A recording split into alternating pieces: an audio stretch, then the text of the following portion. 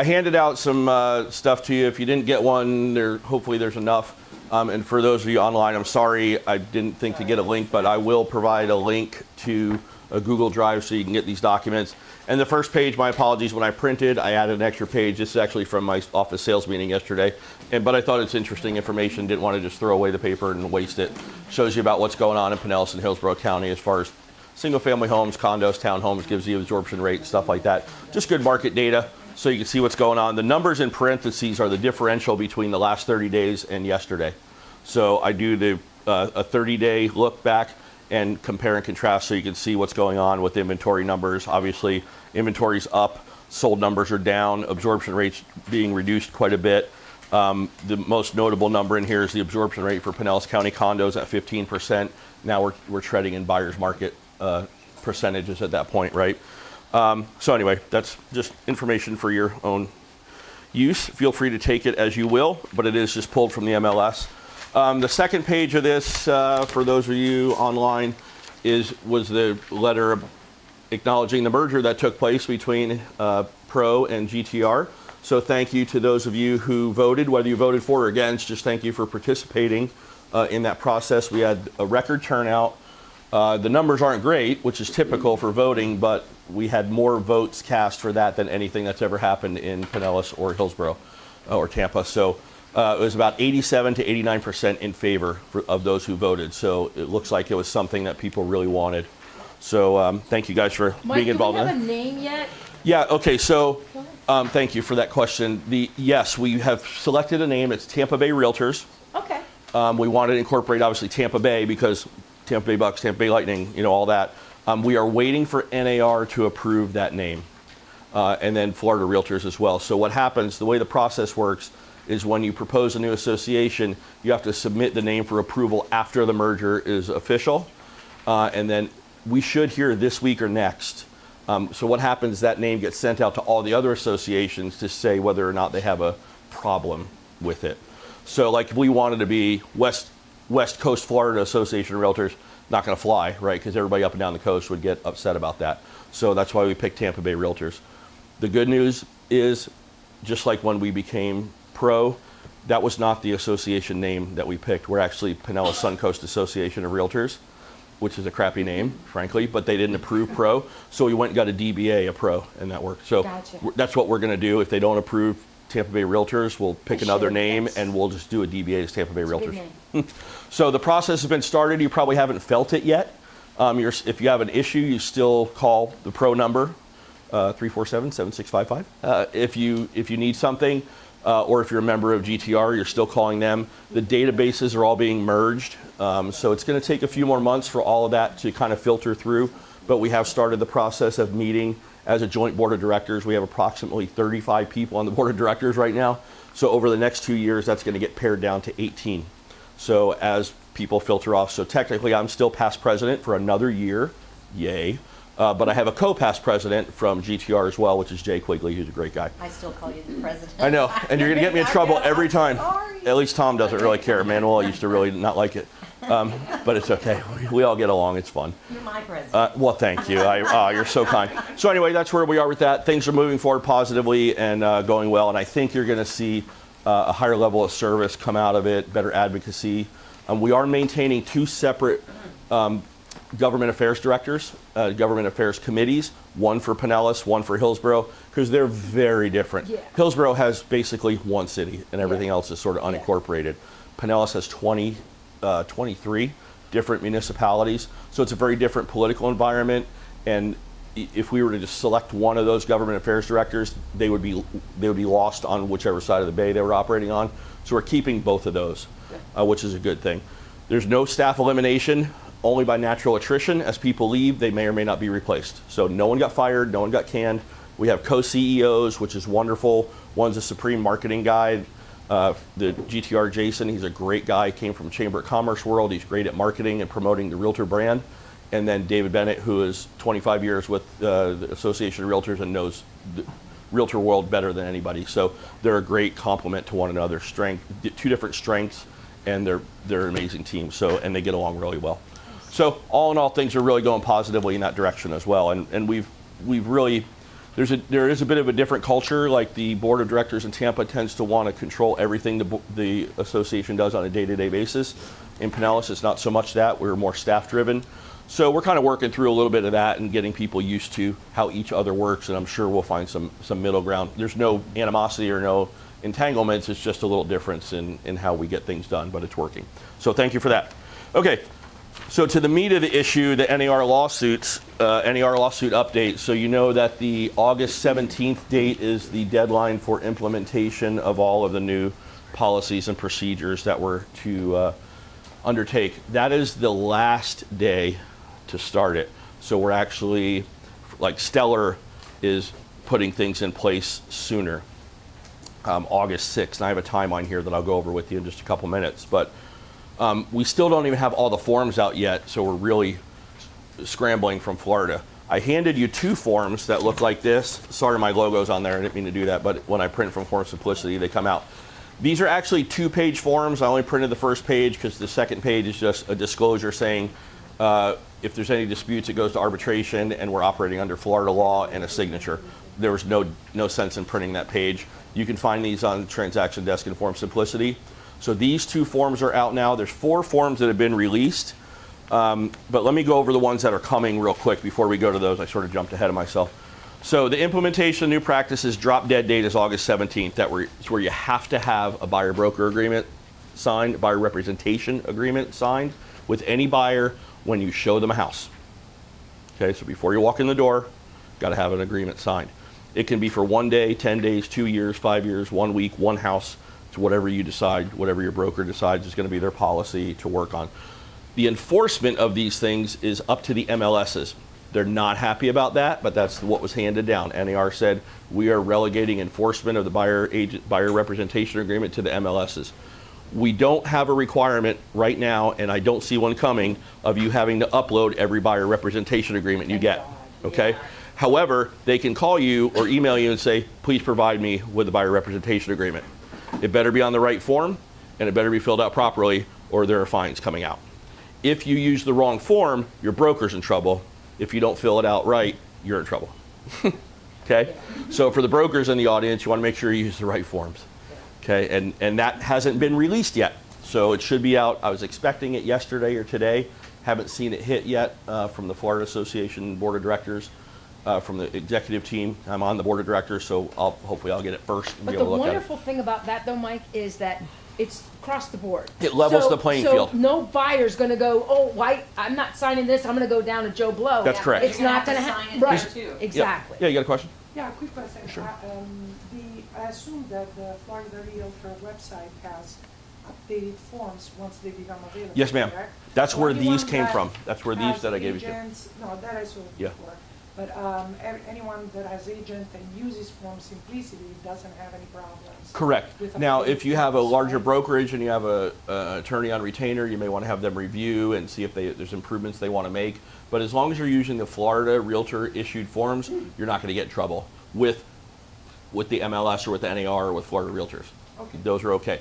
Now, from a legal perspective, it may be different, and you have to have your attorney look at that. So my question, real quick, are we going to take questions as we go? Is that okay with you? Or do you Actually, wanna the wait? best thing we can do is if you let me run through this, and then we'll hammer all the questions at the end, because I may answer some of the things for you. Okay, good. But good question. So what's coming up, hopefully this week or early next week, are these forms where it says forms update on that page, everything in black and white.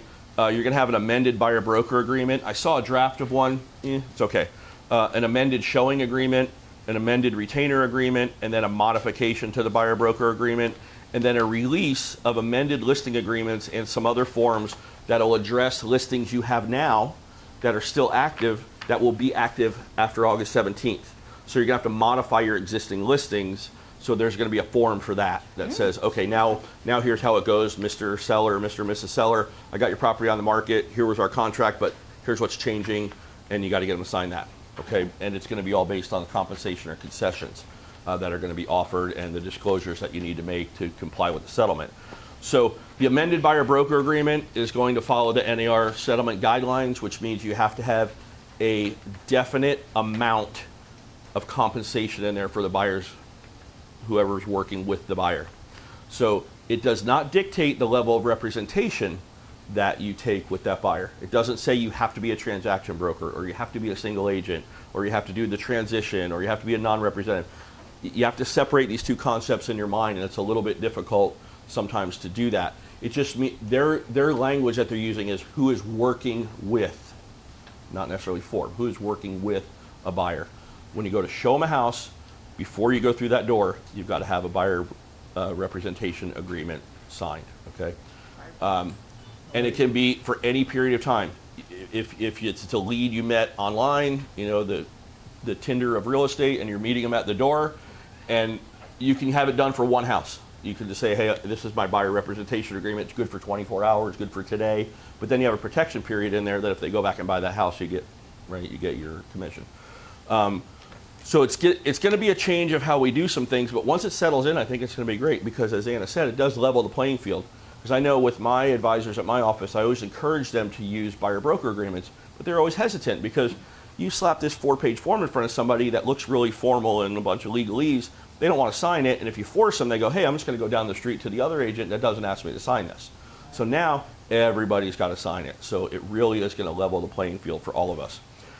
The amended showing agreement, you guys are probably may or may not be familiar with the showing agreement. It's where you may have a buyer that wants to go see a for sale by owner, and you make a showing agreement with that for sale by owner. They agree to pay you a commission if that buyer buys. So that'll be amended.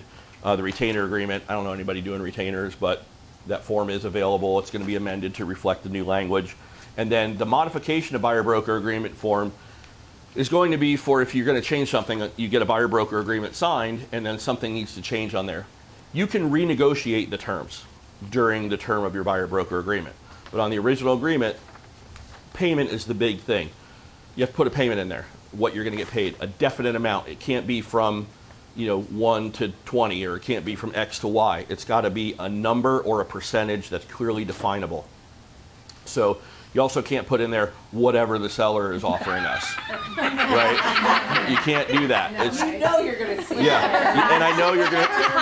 And the only bad part of me still being on the executive team is that I have to listen to all the hearings that come out for disciplinary action and enforcement. I know there's going to be a stack of them based on this. So you have to have a definite number in there, and you have to have a defined time period. But that can be modified then with this modification.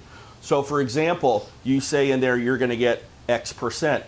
You call the listing agent and they say they're offering Y. You can go back to your buyer and say, hey, this house you're interested in that you want to make an offer on, the seller's offering Y percent. We agreed to X. Will you allow me to get Y if it's more? Because you can't get more than is shown on your buyer broker agreement. No matter where it's coming from, you cannot get more. So if the buyer's offering you X and the seller's offering you X plus something, you can't get the plus something unless you modify that agreement and get the buyer to sign off on it.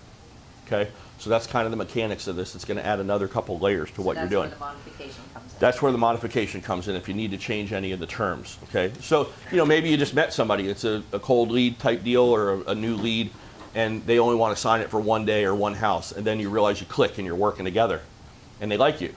Hey, let's extend this relationship a little while longer. I'll give you my ring, right? Here's let's move on to a 30-day agreement or a 90-day agreement or something to that effect, and that ties them into you. It's a contractual obligation. So what I'm encouraging with my advisors, treat your buyers like a listing now. Have a buyer presentation, show your value proposition, explain to them how the whole process works. You shouldn't be meeting them. You never should have, but especially now, should not be meeting them for the first time at the front door of a house. Right. And you should have that buyer consultation, explain the whole process, explain the documentation, explain the buyer representation agreement. Okay, so Should eliminate nosy neighbors. it should certainly. So that's all what's coming. I'm expecting them this week. When I get them, I will definitely share them with you. But also know that floridarealtors.org, you have access to that. You have an account there. It's free. All the forms are on there. All the updates are on there. There's NAR legal updates. There's webinars. There's a free buyer representation webinar coming. So all that's on there. They're all free. NAR has offered the ABR designation courses for free. You can't get the designation for free. You can take the classes for free. If you want the designation, you still have to pay for it. It's like $150 or $200 a year or something like that. But you can take all the courses for free, and they have geared the courses specifically to address the new buyer representation agreements. There's a heavy emphasis on that and working with buyers in our new environment. Okay? Are you gonna talk about open houses? I am. Okay. Thanks. Well, let's just do it now. Do open houses count? Nope. Don't need a representation agreement to show somebody at an open house. If it's your open house. Ooh. You are viewed at that point as working for the seller. You're providing convenient access to that property, excuse me, to buyers that will show up at random. Now, the buyer stays, is interested, hey, I'd like to make an offer on this house. Now we need a buyer representation agreement. Or a non-representation agreement that says, I don't represent you in any way working for the seller. You're on your own. You're not paying me anything, right? Excuse me. So if you have another agent do your listing. yeah, so it's a little bit of a gray area right now. But they're viewed, if it's with your brokerage, remember the broker owns the listings. Yeah. So if it's with your brokerage, it's another agent within your brokerage, it's fine. Okay. But if you start farming out your open houses, which I never recommend, the liability is so tremendous, I won't let my people do that. It's too much liability. If something happens. Other offices. Yeah, Sign yeah, sheet to and outs. a representation sheet, I guess. Right. Yeah, exactly. So, but no, open houses, you're fine. You can let anybody in. So that won't eliminate the nosy neighbors at the open house, but it will eliminate the nosy neighbors just wanting to go look through because, hey, you got to sign this. I ain't signing anything. Okay, bye. We're not doing this. So the forms that I have for you, I'll send this. I'm going to send this little couple of pages of presentation out. These things in red are hot links that will be in that little presentation. And the first two link to these two that I handed out to you. So the first one is a compensation agreement. These are out now. They're on Form Simplicity. That you can find it on the Florida Realtor website. The first one is the seller to buyer's broker. Again, this is a 2-page form. I only printed one because the second page is only signatures. Yeah. Does this have to be included with your listing agreement, correct? No, this one wouldn't be necessarily. Okay, that's a great point that I'm glad you reminded me of that. You cannot put anything on the MLS that indicates payment of a commission. So if you had this filled out, like preemptively filled out by your seller that says, I'm going to offer X percentage of commission, you cannot upload this as a document along with your seller disclosure or anything. So I'll divert my conversation here for a minute because I can't stress this enough. Nothing in the MLS can indicate compensation being paid. You can't put, we are buyer agent friendly. You can't have a picture that has a pillow that says 3% on it on the sofa. You can't attach a document in the MLS with a payment agreement, with a commission agreement in it. Nothing that goes to the MLS can indicate payment of any compensation. I heard somebody say that the lady from the state, she said, don't put 3 bananas on the breakfast bar. Yeah. Don't show a picture of a clock Yeah. at 2:30. Yeah. No, I know. It's crazy. They are going to be on this so deep. Wow. The joke was going around Facebook, you'll love the 3-acre backyard, or yeah, it's PER, whatever. So you can't do any of that stuff. Oh my gosh. Bring your 2.5 children here or whatever. you can't do any of that stuff. So nothing that indicates any payment. So I can't stress enough. Don't try to find a workaround for this stuff, please. You're only going to put yourself in peril. Try to understand what's going on, and it sounds corny and cliche, but embrace it and understand it and work within the confines. The more you spend time trying to work around it, the more you're going to lose focus on what you really need to be doing, and the more potential trouble you're going to run into. So the first form is the seller to buyer's broker. You would use this form if the seller is not offering, or if the listing broker is not offering compensation to a buyer's agent. Okay? So you are working with a buyer, you have a signed buyer's representation agreement, they identify a house they'd like to see, and you want to know what the hell's going on. You're going to have a lot more phone calls to make and a lot more text messages. Yep. Hey, Anna, I see you're listing over on 79th Avenue. Are you offering compensation? No, seller's not offering any compensation. Okay, thanks. Now, If the buyer is not willing to pay you directly, you're going to put this with your offer. Or you're going to send it to the other broker before you make the offer. If the buyer gets interested in that property, before you go too far, you're going to have this. This is from the seller to the buyer's broker.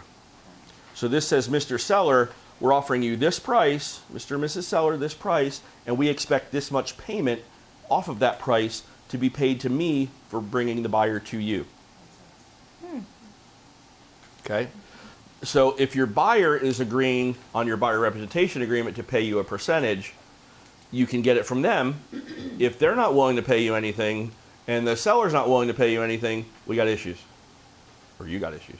Because you want to get paid. You got to figure out a way to get paid. Okay, so this is the form that you would have the seller sign to acknowledge you're going to get paid at closing, and you would use this either right before or along with your offer to make sure there's a clear understanding on who's paying you and how much. Because you know the current situation with the listing agreement, all payment technically goes to the listing broker. The listing broker then uses those marketing dollars to entice another buyer's agent to bring the buyer. So that's sort of the way that the money flows, even though we pay both people at closing. That's really what messed us up. When we started that process of writing 2 different checks at closing, the seller's like, wait a second, I paid that guy, he brought the enemy, you know? And he was fighting against me, yet I'm paying him. Before, it would be one check paid to my brokerage, and then I would pay the buyer's agent separately after the closing from a check. But everybody wants their money like yesterday, so we don't do that anymore. And that's sort of what got us in this pickle we're in. Anyway, this one is from the seller to the buyer's broker. This other one I gave you, again, it's a 2-page form. I just didn't print the second page. I'm trying to be nice and save a tree. This is from the seller's broker to the buyer's broker. Hey, Anna, saw your house on 79th. I have a buyer that I'm working with that is interested in it. Are you offering compensation? Yes, we are. We're offering X%. Great. I'm going to send you over this form to acknowledge that you are paying this fee to someone working with a buyer. So it may be more or less than the buyer is offering to pay you, that I'm working with the buyer. If it's less, then my buyer's supposed to make up the difference. If it's more, I can't get more than my buyer's agreeing to pay me unless I modify that agreement, right? So you can see where now you've got a lot more things to juggle and a lot more plates to keep spinning. But I'm trying to bring this out to you now because it's coming, like right now. So this is from the listing broker to the buyer's broker. It's sort of like a referral form, if you kind of think of it that way. Like, I'm bringing you a buyer, and you're going to pay me this much if I bring them.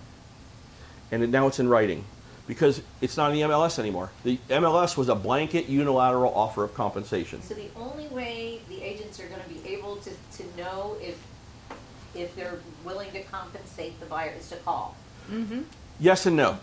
Technically, yes. On the website, You right? can put your compensation on your listings, and when I say your, I mean your broker, on your website. You can put it. Everyone should do. You can put it on social media. Your listings. You cannot contribute your listings to like a Madeira Beach real estate page that has, hey, Engel Volkers pays X.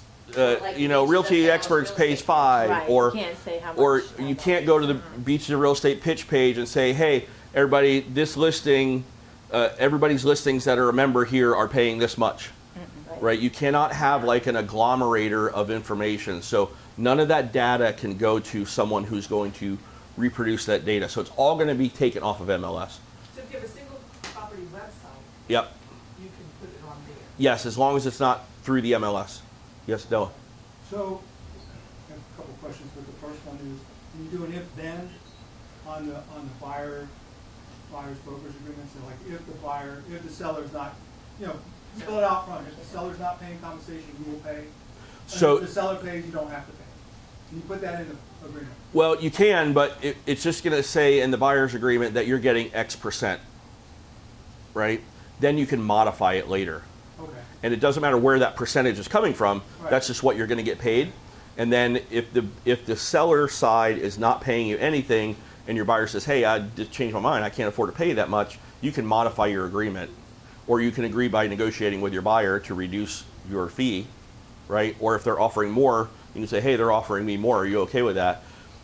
You're going to have completely different conversations than you're having right now, right? The buyer's going to go, wait a second, you're going to get paid all that money? What? Maybe I can shave that off the price. So no, I still want to only pay you this that we agreed to up front, right? I don't care if the seller's paying you more. Tell them they don't have to pay you more. And that should come off the price. You better learn some dialogues and scripts to get, yeah, you're going to have to put your tap dancing shoes on. I saw another question in the back. The rest of that question is, so each house you show, you have to take one of these agreements Pretty much. to either the seller or the broker. It Yep. could be the same agreement, it doesn't have to be a different one. Well, no, it identifies both brokers and the property address. Gotcha. Yeah, so Right? it's a separate So agreement. do you do it, and I don't have a great answer for this, I'll be honest, because I haven't even put the process through my brain all the way yet. I think we're all doing that. Do I need to do this before I even send the property to the buyer to look at in an email? Right? But if you've got a buyer representation agreement with your buyer that says you're going to get X percent, you're covered. You're going to get that. Now the buyer can say, hey, I saw on this one, you know, what are they paying you? Are they going to pay your fee? And you say, no, the seller's not paying me a fee, it's going to have to come from you. And they say, don't show me that house. That's okay. As long as the buyer is telling you not to show you the house, not to show the house. Right. If you don't show the house on your own volition, that's where you get in trouble. Yeah. That is so much more work for you guys. Way, It's way. crazy. All right, Pete, and then we'll go back to I you. was just gonna say, to your point, the main thing I think we have to try and avoid is, because you said it, you basically, you don't have to pay me, Yeah, because the seller's gonna pay me. That's that's where we get in trouble. that's the problem. Yeah. You know, so the whole essence of the thing is that the buyer is either going to pay you with cash, or they're going to finance it, or it's going to come out of the seller's proceeds and it's going to go in the price. That's what they're trying to do, is get away from this whole thing about it's free. Yeah, I get to work for you, and I don't charge you. right, You don't get charged. right. But one way or the other, they're getting charged. Yeah, so, and you that's can't, what the DOJ is and you really can't do the gonna if-then because then it's not clearly definable, right? Right. Kim, what do you got? I was just wondering, take where my on take this form where it says the seller broker to the buyer broker, Uh-huh. how do they do that at the title company? Will we have to write a check to another brokerage? and- No, it can be paid at the It can be closing, paid same at way the you'll closing submit this to table. the title company as proof of your compensation. Okay. Just like you do now when you do a demand letter, Okay. right, to the title company. You know, they always ask you, what's the commission? Right. It's this plus this, do you have a transaction You fee? just send They're them gonna do the this same one. thing, and you can Okay. send them this as verification. Yep, yep. Question, Okay. when they, when you confirm someone is available to go see the house, my listing, can I put down, you know, how I usually put my name down and send my information with it, can I put down, that they are paying this amount then? Yes, of course. If it's your listing, you can tell anybody you want at any time what And then- the and then fee is. that- Can't do it on the When I send MLS. confirmation that they can see the house Mhm. at 2:30, I can tell them that the seller is paying 2.5% to their, That's correct. okay. Yeah, so I don't know if everybody heard that question. Can you identify the amount of the compensation when someone calls you to confirm to show one of your listings? Yes, you absolutely can. You can put it on your website, you can put it on your social media, you can put it on flyers that you hand out, as long as it's your listing. Like, we couldn't have like an open house flyer, right, that has 20 different brokers' listings on it for a progressive open house with the compensation all on it. Can't do that. Right, it has to be individual. Individual. Has it been clarified if it can or cannot be put in showing time? Cannot be put at showing time. That's linked to the MLS. Can't do it. Yeah, you can't say hit showing time for a commission result. No, can't do that. All right, hold on, Anna. Go one in the back. Jen. Is Jen. there a possibility that you can put sellers willing to pay 3% towards buyers? Okay, I'll get to that in a second. Yes, yeah, I'll hit that in a minute.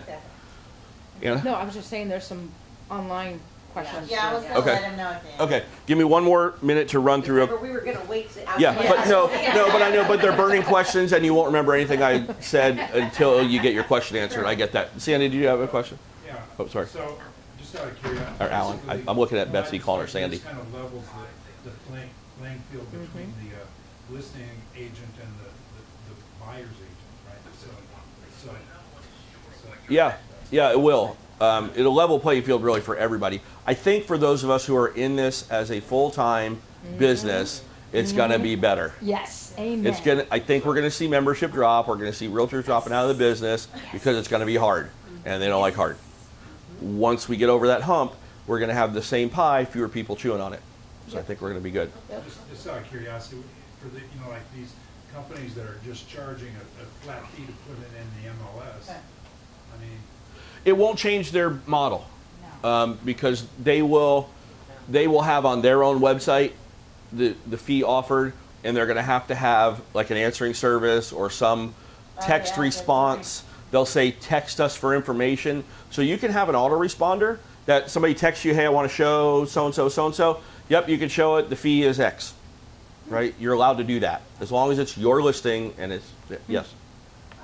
What about models like Open Door, where they give you a keypad number and you go in on your own? Yeah, it's going to mess with them a little bit because you still need to confirm what you're going to get paid before you show it, or if you're going to get paid.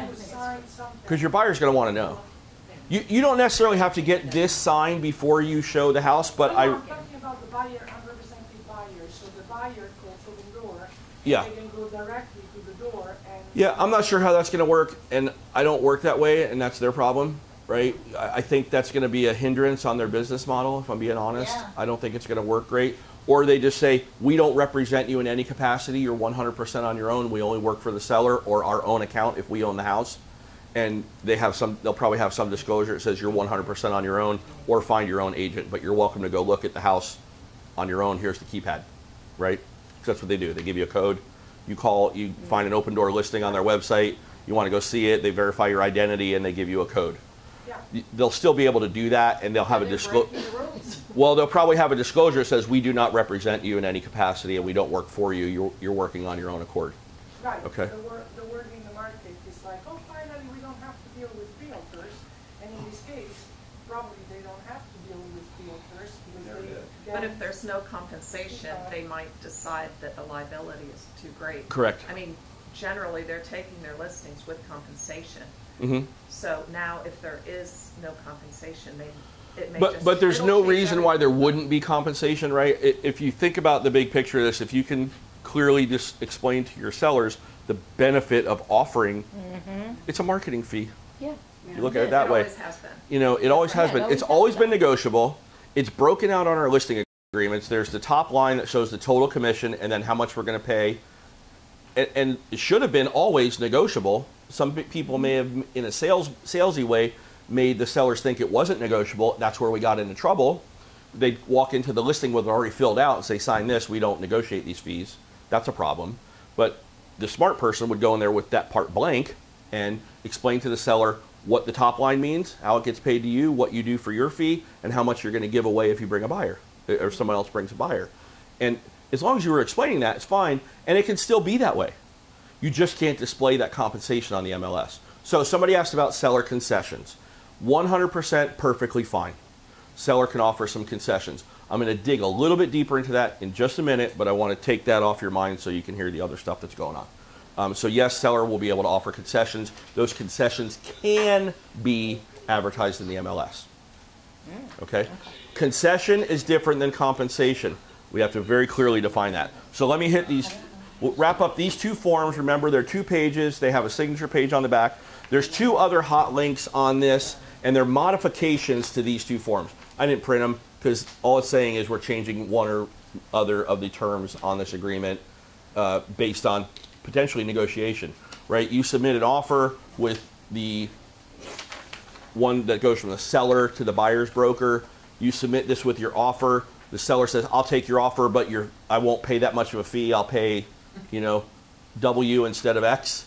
And you agree to it, then you do the modification to this form and have everybody sign it, okay? So there's going to be a lot more things to negotiate now as we traverse through the sales process. So sharpen your negotiating game.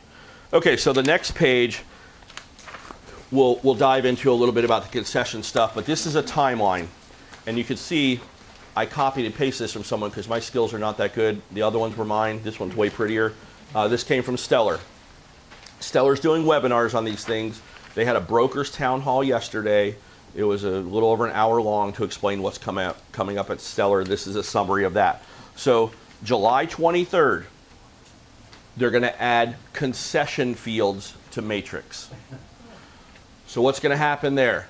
It'll say, is seller offering a concession, yes or no?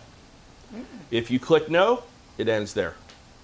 If you click yes, there will be a box that you can type in, a description of what the concession will be. And that can be variable.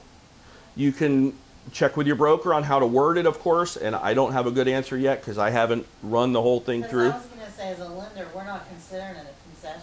Right. Well, no, maybe you are. Maybe you are. Well, So hang not tight, really. hang tight on that topic. Yeah. Compensation and concessions are two different things. Right. So if the seller's offering a concession, if it's labeled as such, you cannot predicate that concession being given to the buyer saying that they must be bringing a buyer's agent in order to get that concession. If the concession's offered, it's offered. Yeah. However, it's negotiable. So in that box where you're describing, say, seller is offering a concession up to with an acceptable offer. That means it's negotiable, right?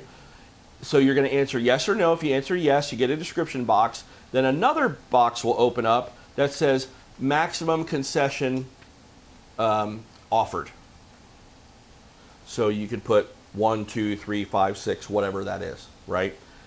When you reach an agreement and the buyer gets that concession by contract, the buyer has the right to use that concession for anything they want. Yeah. Can it be towards closing costs, prepaids, interest rate buy downs? It can. Can it be used to compensate their agent? Sure can. But if the buyer is savvy enough and they negotiate a concession and don't have an agent working for them, they get to use the whole thing for whatever they want, right? The seller can't say, only if you bring a buyer's agent will you get this concession, because then it becomes compensation. This is going to be crazy. It is. It is going to be a complete shit show for a couple months. So, Yeah, so everybody gets it. So for a question for Cindy, is there, on the contracts, are there gonna be a limit on how much concession a buyer can receive? It's going to have to be broken down. So it's going to have to be commission for the sell, because we don't consider that a concession. And then now it's gonna have VA to be- clarified too, they're not considering Right. that. And FHA and Fannie And- Mae yeah. and Freddie Mac. So it'll need to be broken down because we have, as a lender, have to see that we're staying under the maximum concessions towards closing costs. 6% or whatever. So like you're doing currently, it's gonna still have to be broken. Yeah, those concession limits are going to remain Yes, for the buyer. However, Fannie, Freddie, FHA, and VA have all sent out letters of clarification saying if a concession is offered to pay a buyer's representative, that is not counted against their total concession allowance. thank God. Right? That was a big deal. And I will tell you, that's one of the values of your NAR membership. It was a huge lobbying effort. We spent a lot of time, money, and Yeah, that would've meetings. been a mess. It would have been a disaster for FHA and VA buyers. And they would have had to go into every transaction unrepresented or figure out a way to come up with cash, which then defeats the FHA and VA deal. Ashley, you had a question?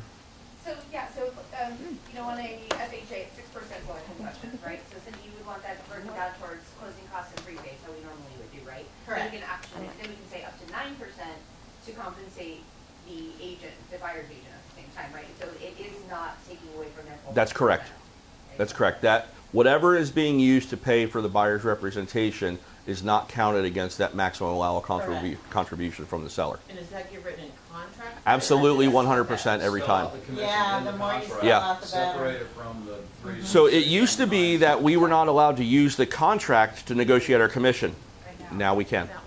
We have to, Yeah. right? Yeah. So July 23rd, those concession fields will be added. So you're going to see your data entry sheets change, the MLS data input. That's going to change to add concession fields when you're uploading your listings. You're going to see new fields, obviously, in the MLS when you're searching. Yep. Also, they are eliminating any ability to search based on commission, which there's not going to be any commission in there, so you can't search on it. But that was a big sticking point that they felt like buyer's agents were parsing listings out that didn't offer enough compensation, so they just would never show them. I don't know of anybody that actually did that, but I'm sure there were people that did that. So, okay, then August 6th. So July 23rd, they're adding the concession field as a required answer, yes or no. If yes, you keep going. If no, it stops there. August 6th, compensation and commission fields will be out of the MLS. Okay. So August 6th, from that date on, you're not going to know what you're going to get paid if you bring a buyer. So that's when August 6th is when it's going to start with the phone disasters. Now, right? the listings are already live now, it's August 6th. It's pulling them off. They're gonna pull them off? Pulling off anything related to compensation. Oh. The field will be gone. The fields will be Field gone. The fields will be gone. Oh, wow. So starting August 6th, you're going to have to call every listing agent before you show the house to verify whether or not there's Or we compensation. can go to their websites and see if they put it on If their they put it website. out there. Yeah, I think we're gonna do that. Everyone No. should. It'll We make it a lot should, it would easier. be so much easier. Yeah. And then on your, and then on maybe on your voicemail, like say you're showing property on your voicemail, it says, if you're calling regarding a listing, please see our website at, you know what I mean? Yeah. To direct some of those phone calls to Sure. something that's not To gonna show- be as labor intensive. You're right. Yeah, every compensation, agent should press do two. that. I mean, if we just Yeah, make yeah. that I mean, you could practice, for if you're calling about, 437 170th or whatever, press 2. Hi, this is a 3-bedroom, 2-bath, and we're offering X compensation. Yeah. You could have a phone tree that does it. Or I mean, auto text replies, yeah. too. Or Maybe we need to start a new business. this is going to be crazy. Yeah. Maybe I was at Yeah. the yesterday meeting. need to do I it, was in yeah. the conference yesterday, right? But my understanding is, number one, is negotiable, and number two, if the website is fed by IDX, Right. you cannot. Correct. So in my case, Oh, my ours is website is too. fed by IDX. hmm So can someone put a claim, any, most of the listings offer compensation No. to buyers? That's No. what I'm saying. No, you So can't. my website is Also, out. if it's But not your the website, buyers so too. I'll just use my website as an example. If you go to featured listings or our listings, we can manually enter a compensation field or a note in there on my So in our listings. listings. Right. I can't go to Noah's listing and add that data to his, but I can add it to mine Okay. on Right, my it's website. still fed by IDX, even my listings. Right. I see what you're saying. But you cannot provide data to anything that will agglomerate that and disperse that information. Just create a single page website. So you can create, a lot of people have landing pages or single page websites for their listings. On your single page website, even though the main body of the data comes from IDX, you can then add to it manually. But it You seems can't to have me it automatic. You have to contact agents for almost, even vacant lockbox listings. Yeah, I mean, are you going to go to, gonna Remax.com shoot and them look a up this, or you go to If you're gonna shoot a KellerWilliams.com and text, try to shoot a look up text that? that asks, how do I show it? Is there an offer of compensation Yeah. and what is it? So this is going to be a throwback to the old days. I don't know how many of you Yeah, guys love have been it. here for a long Yeah. time. I know Cindy has. She looks great for as long as she's been in the business, right? But Cindy was around when I started in 1991. Every listing, we didn't have the No, internet. You pick up the phone. You pick- Remember those books? Yep, you pick up the phone. Hey Anna, I saw your listing on 83rd. Is it still available? No, it sold 3 weeks ago because the data was so out of date. Yeah. But no, it is still available. Okay, how do I show it? Now the follow-up question is, after how do I show it, what are you paying? Right? Yeah. It's that simple. Or It's just- rider signs, right? you can put a rider sign Oh. on your listing, offering X% commission. Wow, You that's can get smart. a rider sign, buyer agent friendly. You can do whatever you want on Wow, your I would do that listing. So all the why time. did Yeah. they hide it all those years? When you did the website, when you had the access for your clients, to your buyers, and they could go through the MLS, Buyer you send them a agent feed, they always kept that out, because that was for agents only. Why did they hide it? I don't know. I That's don't know. what started this whole thing. It's part of the problem, to be honest with Actually, you. co-brokerage commissions existed in '82. Well, yeah. I can say that. I mean, Yeah. They would you hide- would go and you would look at a listing, and because I remember distinctly, one of the first listings I sold was, they're paying 4%. Yeah. But- Hey, don't you love this house? And the last book, Didn't see that. Yeah, this is Yeah. a beautiful. Yeah. well, no, it had big letters, Okay. confidential, We- and, yeah, but the To be book fair came out to the every 2 or people 3 Yep. on this Yeah, board, 'cause they've been All right, let me hit some Zoom questions here, so hang tight for me. everybody's See saying them, that this is so much better than the town hall. Oh, good. And that you are doing such a wonderful Oh, job. thank you. So Thank you, we- everyone. Yeah. Thank you. I'm trying real hard here. My head's spinning a little Okay, bit. They But all are. hit me with some questions. Okay, Tony and Michelle, if your VBA is for, say, 3%, can you make less? Or Yes. still need modification? So you can take less. You can't take more. So, but for safety's sake, if that is changing, I would use the modification so that it's clear. Because then you're going to send that form to the title company as verification of what you should get for your commission, right? So technically, you cannot, in any case, make more without a modification, but you Makes can make sense. less. Okay. Okay. If you do open house and one of the buyers wants to make an Yes. offer, do you then need a BBA? Yes, if you are going to work with that buyer. Or you can my opinion right now, and I need to research this, so please don't take this as gospel. I'm not a lawyer. I didn't even stay at a Holiday Inn Express. My opinion is if somebody walks into your open house and you're representing the seller and they say, I love this house, I want to buy it, do you have a contract with you? You hand them a non-representation agreement and you're not going to get any compensation from them. Or you give them a buyer representation agreement with no representation and no fee. Or if you want a fee too, you can do both sides. Whatever you can get, depends how good you are at selling, right? But if you've got a listing that says you're getting top line X% and you're going to get the whole thing, you double-siding it, you take 0 from the buyer's side and do non-representation or transaction broker and let them know you're not paying a fee. The safest thing to do, I guess what I'm getting at is I'm trying to find you a workaround, which I told you not to do. I get it, because the buyer's going to be paying. Don't try to work around. If the buyer wants to buy the house at an open house, give them a buyer representation agreement that says, I'm either a transaction broker charging you no fee, and I'm getting all of my fee from the seller, or I'm a non-representative, you're on your own, and I represent the seller, buyer beware, basically. Yeah. Right? Okay, so and I'm charging you no fee. So, sometimes agents will send someone to an open house. Yes. The agent's not there. So if the buyer walks in, do you say, if they say, I'm represented by an agent, but the agent couldn't be here today, you say, where's your BBA? Or do you... So at that point, I'm not going to write that buyer's offer. I mean, it may not be in my seller's best interest to turn that buyer away. My next thing I would do is call that agent. Yeah. Hey, I've got your client here. Do you have a buyer representation agreement with them? Yeah. If they do, I can't violate that. I need to send them back to that person. Yeah. Hey, they want to write an offer. Where the hell are you? Yeah. Like, I appreciate you coming out. They handed me your card. Great, which we've all done. Like, here's a stack of my cards. Go to all the open houses because I'm going fishing. It just right? happens. The guy was skiing in Switzerland that day. Right. That's what happens. That's how I right. 2 houses. Or I get agents that'll call me, hey, I see you're having an open house. Is it okay if I send my buyers by? Of course. My goal is to sell the house for my client, right? That's cool. But now your buyer starts making intonations that, hey, will they take less? What about this? What if I offer this? Woohoo, hang on a second. We're entering dirty water here. You need to get in touch with your agent. Let's get them on the phone. And they don't need to show you the form or anything. You just take their word and call it. Yep. I get it. Yeah. Pete, what go is ahead. the responsibility of the buyers that come to an open house and are working with an agent? Do they need to show, okay, we answer that. In a perfect world, if you're working with a buyer and you have a buyer representation agreement, you would give them a copy of that. That's what I would recommend. Give them a copy of the buyer broker agreement, buyer representation agreement. Tell them to bring your card and that. I think that's what I would. Hey, I'm working with Anna. She's busy today, babysitting puppies and grandkids, right? And she couldn't be here today, but I wanted to go see some open houses. I love this house. Okay, let's get Anna on the horn. Or as a really good buyer's I'm working agent, with Anna. You get hold. Hey, my buyers are showing up at your open house. Here's the BBA. That's what I would Yeah, do. Right. And if you need me, text me a 911. Right. Right. One of those things. So and I'll get on it. But yeah, there's going to be some kinks to work out. But in a perfect world, over disclosing is the answer right now to get you over the hump until we figure out how this is all going to shake out. So would the appropriate question to a listing agent be, are either you or your seller offering buyers, brokers compensation? And depending on who is offering compensation, listing agent's broker or seller determines which form you use. That's correct. Good question, Chase. Thanks. So I think that's Chase, right? Yes, CW. yes. Okay. So great question.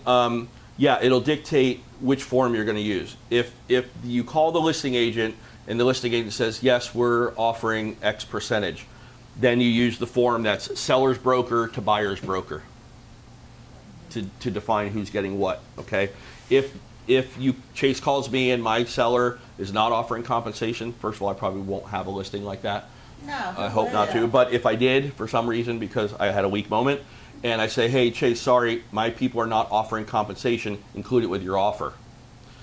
Then it's going to have the seller to the buyer's broker because it's not coming through me, right? It's not coming through me as part of my listing agreement. So you would then use that one as the seller to the buyer's broker as part of your offer. Okay? Can everyone mute themselves? Thank you. Okay. We're going to do that. So how does this affect what we as an agent could share with another agent? For example, we still charge 6% for a listing and we as the agent agree to pay another agent 3%. Obviously this can't be an MLS, but will this possibly be in the new listing agreement? Yeah, so I believe that that's going to, the new listing agreements will be modified in some way that will show, similar to what we do now, full commission amount payable to listing broker if successful upon closing, and if a buyer's representative brings a buyer, this much of that goes to them.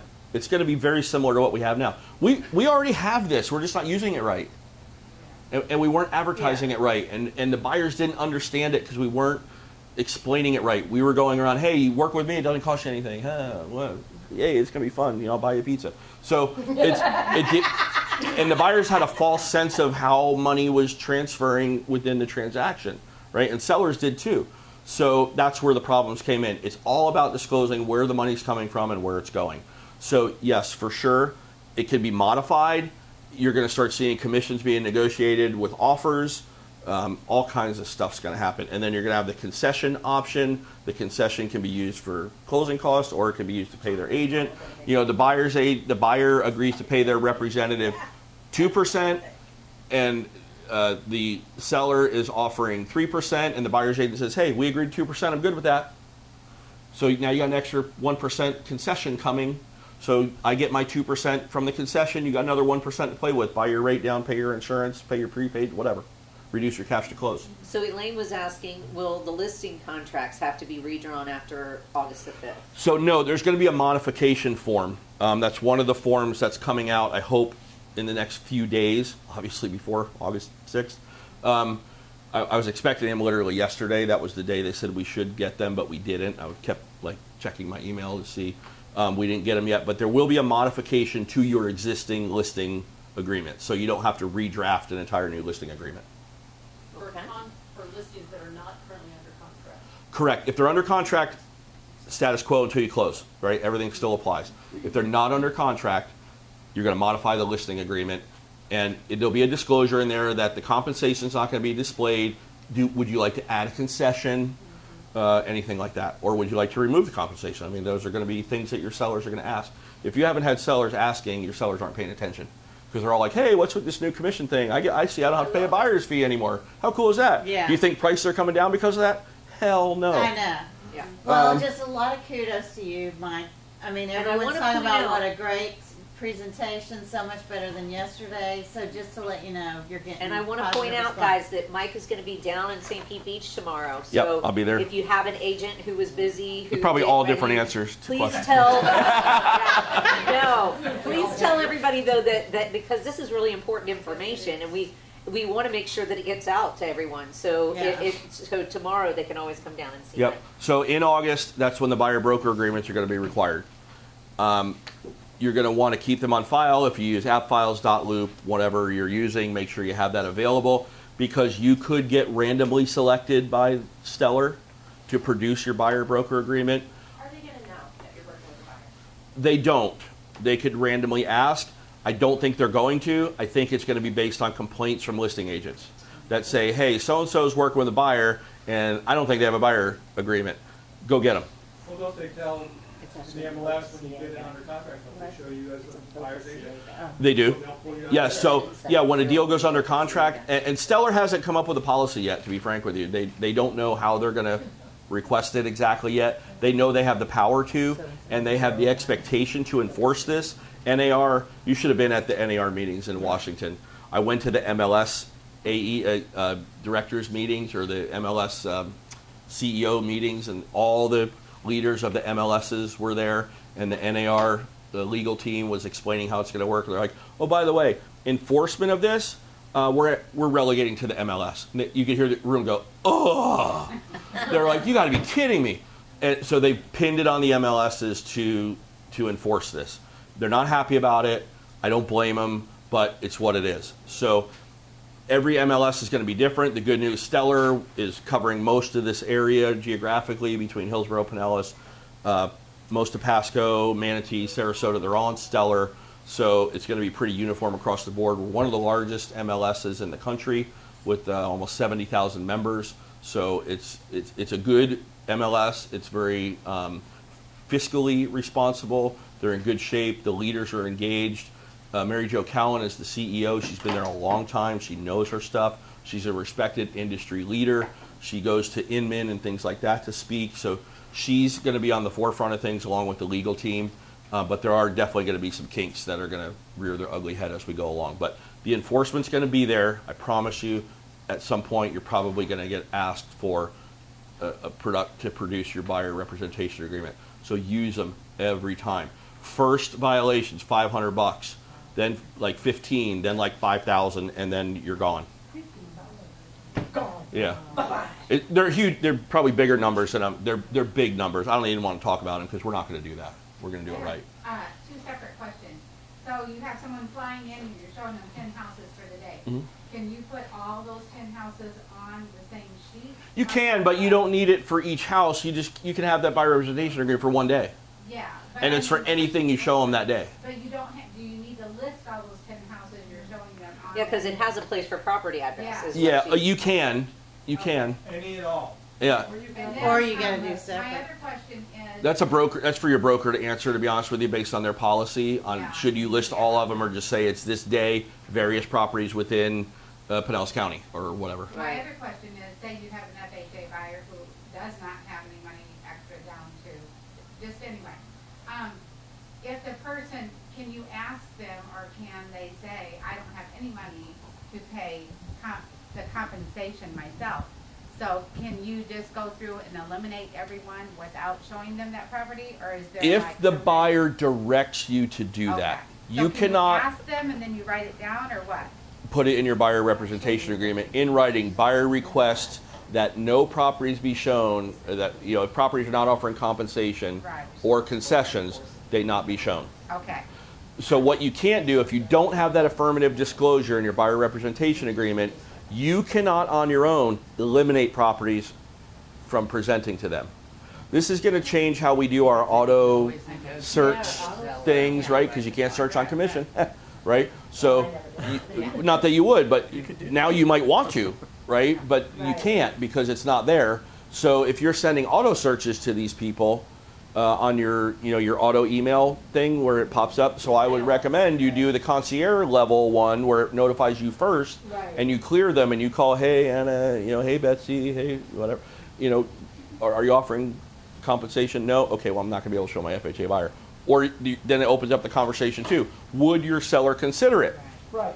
If they would consider it, then you got to tell your buyer, hey, they're not offering compensation to everyone, but if your offer's strong enough, they may give a concession, and we could. Look at all the properties that's in. Right. Yeah. Negotiate. So that's the best way to do it, is not eliminate them based on compensation or concession, because not everybody has been offering concessions in the MLS anyway, and we go in and make offers asking for concessions, right? We see it. We bump the list price, we go above list and ask for 3 or 5% or whatever that number is back. Well, now you can use that for your compensation as a concession. As far as you know, and this might be a little bit too far, but what about referral fees? Does that impact referral fees? Not at all. No, it's coming, the referral fee then is coming from the other broker, and you're getting a percentage of whatever they earn, so it's up to them to earn a fee and figure out how this is going to work in their jurisdiction. So it's really setting people's hair on fire here in Florida because we've not been using the buyer-broker agreement thoroughly. There are like 13 states that require the use, or 29 states, a lot, I can't remember the number. A lot of states that for years have required the use of a buyer representation agreement. I saw it a little while here, but then it kind of went away. Yeah, it kind of fluttered, yeah. So two things on the Zoom call that I just want to clarify, because we went over it already. Who's going to be enforcing this? The MLS. The MLS. Okay, secondly, are there going to be pro events that are going to be reviewing this information? Yes, there are. Yeah, gotcha. Yeah. All right, I'm going to tell you one of the dates, I think, maybe. Let me see, because I'm doing it. Shocker. Shocking, right? Yeah, so we'll do this again tomorrow, and then we are doing I'm also going to be at the Largo Mastermind on July 23rd, if any of you go to that. Where's my damn thing? Here it is. On July 25th at 9:30, it's a broker Zoom meeting to discuss all of this for brokers. We're not going to throw you off. If you want to go to it, I'll be happy to share the Zoom link. You can sit in on that and see I'll what be we have happy to say. put it on our And we're going to Facebook have like page. a panel discussion. It's going to be me, another a broker from Tampa. We'll have a moderator, and we're going to have some canned questions. So I have a call coming up on Tuesday to set all that up and figure out the questions. And I'm going to take all of your questions and incorporate that into our panel discussion so that they get asked and addressed. That's awesome. Because this is the best way for us to know what's giving people heartburn, Yeah. is coming out and doing things like this.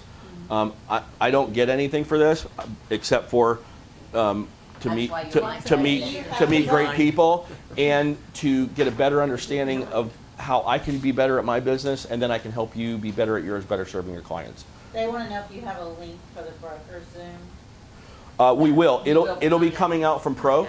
Okay. And I think they're going to send it out, broadcast it, so like when you sign in to Stellar, you'll get one of those splash things. Okay. And so even if you're not a broker, you can get on it. Nobody cares. And I'll try to share as well. Jen, did you have a question? Yeah, just kind of like the flow, as showing, get the agreement, contact the agent. Say your agreement is for 2% with your buyer, but the agent says 3% verbally. Mm-hmm. Where does that put me? If my buyer's like, no, I want that 1%. Yep. That goes to a credit to the Yep, buyer for the it does. 3? Yeah, It so all you- gets written in the contract. Yes. And you can't modify. You Just- can't go above, you can go below. I can't go over 2 without their agreement, so they want that extra You money. can modify your buyer representation agreement. Let me be clear on that. You can modify that. But if your buyer, it's just like, Wait, let's listen to what he's saying, because he's clarifying what Yeah. you guys are. yeah, so You for can the modify it. you can modify your buyer representation agreement. So you're at 2. I hate to use numbers because I don't want to get in trouble, Yeah. but we'll just say we're friends here. And nobody's broadcasting this to NAR or the DOJ. If your buyer representation agreement says 2, you call up Anna and she says, I'm paying 3. Now what? You go back to the buyer and say, look, they're going to pay. But they're- they want that extra 1. Then Not that's they it. don't know. Then you've got a contract. It's a contract, just like a listing agreement. If the seller wants to cancel a listing agreement, ABC, right? You pay cancellation fee, you pay my direct marketing costs, all that stuff. It's a contract. Same thing, you're listing a buyer. If the buyer wants to, if you want to modify the terms of that contract, both parties have to agree to that modification. The buyer says, hell no. You agreed to 2%, you work for 2%. You better be ready to work for 2%. And Anna's client is offering 3, you can handle that one of 2 ways. You make the offer with a disclosure that says, I'm only seeking 2%. Take that off factor that into your negotiation on the price, maybe get your buyer a better price. Yes. Or the buyer says, I want that 1% to do an interest rate buy down. Okay. You can't change that unilaterally. You have to get mutual agreement between you and the buyer. So wouldn't it be best to go in at 5%? Yeah, but understand, that's a contract between you and the buyer. Now the buyer's obligated to pay you 5%. But we said we could take less. You can, but you don't have to. And it's Right. a signed contract, and Yeah. you can't modify it and say Without both parties. asterisk or less. Right. Yeah, it's got to be clearly discernible. And But the only time you have to modify it is if it's more. yeah, you don't ever have to modify it. But you have the opportunity to modify it if a seller is offering more than you have agreed in your buyer representation agreement. And the buyer then says, oh, you're doing such a great job. I think you should make more money and I shouldn't get any of it. Yeah, right. When's that going to happen? So you better negotiate your fees right up front, is what I'm getting at. And compensation shall always be on contract now. Yeah. In some manner, either as an addendum with one of these forms I or was told written that directly this is into the not contract. enforceable, and that the buyer can say, you know what, I don't want to pay it. Then you got to sue the buyer. That's the ultimate bottom line to every one of these And agreements. People have an attorney. But this agreement, the page I didn't include, page 2 of both of these agreements, is that you're agreeing to arbitration first. But if the buyer says, hey, I'm going to bring all the money and everything, but I'm not bringing your fee, can you hold up the closing? You're going to have to enforce the contract based on arbitration or a lawsuit. Okay? It's a whole new world out there, kids. Oh, I see. So Debbie said that's what she meant about enforceability. I think what she was referring to, because we were saying the MLS is going to be enforcing that you have this form. But if they aren't willing, if the buyer isn't willing to make good on the form, enforceability has to be with legal Based on the counsel. contractual obligations, one to the other. Yep. Okay. In the back. Carol? What are your expectations from the seller with this compensation? Are you expecting them to say, hey, let's just do business like we used to, it's just not in? So a lot of that's going to be dependent on how good you are at presenting your listing, right? I feel like, one man's opinion only, in the short term, it's going to be a race to the bottom. And then everybody's going to say, I'll do it for 1, I'll do it for 1.5, and then we don't have to pay a buyer's agent. They just want to get listings. We've seen that in the market already, right? Total fee, 3%, 2%, whatever percent. I think in the short term, it's going to be a race to the bottom. And as people realize they're really not making very much money, we're going to see some fallout in the realtor community. And we're going to have less licensees. And it's going to leave those of us who know what we're doing, we're going to suck wind for a little while. And then it's going to this, and then it's going to come back, and it's going to level out. My opinion, overall, commissions are going to go down. My opinion on the level. However, for those of us who have staying power in the business, I think we're going to see our incomes go up because we're going to do more transactions, right? We're going to turn more tricks, close more deals at a slightly lower commission rate. When you are promoting and presenting your listing presentation to a seller, it's your duty to explain to them the pros and cons of offering and not offering compensation and or concessions, and explain to them what that means. So I would go in with several net sheets and explain to them, you know, if they're asking $500,000 for the house, would you take $490,000? And I'm not telling you to commit to that now, but mentally think about that. Yeah, I'd take $490,000. Okay, would you then take $500,000 with a $10,000 concession? That's $490,000, right? So that's 2% commission. Well, then let's offer that 2% commission. We can negotiate it. Everything's what if after the listing is signed. So let's leave those doors open, Mr. and Mrs. Seller. Let's offer and incentivize buyers who may or may not, especially in the lower price points, the buyers may or may not have the cash available. Let's make that part of the negotiation. If they don't need your money, then you can be okay with taking a slightly lower price. If they need it, we reach more for market value, or even bump it, you know, slightly above, like we've done in the past when asking for concessions on FHA and VA loans. We've done it for 1,000,000 years. House is listed for $450,000, we offer $465,000 and ask for $15,000 back in concessions. It's totally normal. This is nothing different. It's just in a different wrapper. Right? It's going to have to work harder. We are going to have to work harder, and we're going to get paid a little less for a little while, in my opinion. I believe that, because you're going to see desperation. It's going to start to stink of desperation in the market for a little while among realtors. 50% of the realtors in Pinellas Realtor Organization do 1 transaction or less per year. Wow. But picture those 50%. I should never say this. Picture those people going away. All those deals are still out there. And now they're spread among the other half that stay in the business. And how many members do we have now? About 11,000, 12,000.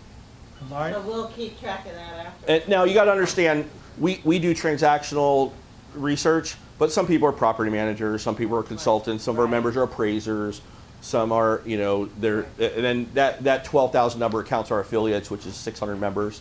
So, you know, take those out, 50%, you know, you're probably looking at 6,000 members that do business, 2 or more transactions a year. And then if you go from 2 to 5 transactions, we eliminate another 50, 60%. The top 100 realtors do almost 40% of the business. 100 out of 10,000 do almost 40. Yeah. Realtor, brokers, Yeah. realtors. Yeah, they got systems, they turn a lot of tricks, and they do a lot of closings. Well, and So- there's some brokerages that the broker claims all sales and nothing is listed. Yeah, so that messes up the numbers Yeah. too. We can't, you know, you have a team where there's 12 people on a team. Like Martha Thorne comes to mind. She has a bunch of people on her team. They all go under Martha Thorne, so it looks like 12 people are doing 30 transactions, or one person's doing 30 and 11 are doing 0. So really there's 12 doing, you know, 2.5, 3 each. So the numbers are a little skewed. It does balance at some level. But my point is, I think we're going to see some off-fall for the people who said, oh, my aunt's going to sell her house, so I'll get my real estate license and collect that fee. Or my grandma died, and I'm going to get the real estate license so I can sell her house. I think some of that's going to go away. The good news is NAR has pledged to not raise their dues for 2024 or 2025. Oh, God bless them. So, yeah. Well, hey, they're paying out $416 million. What about Yeah. Stellar?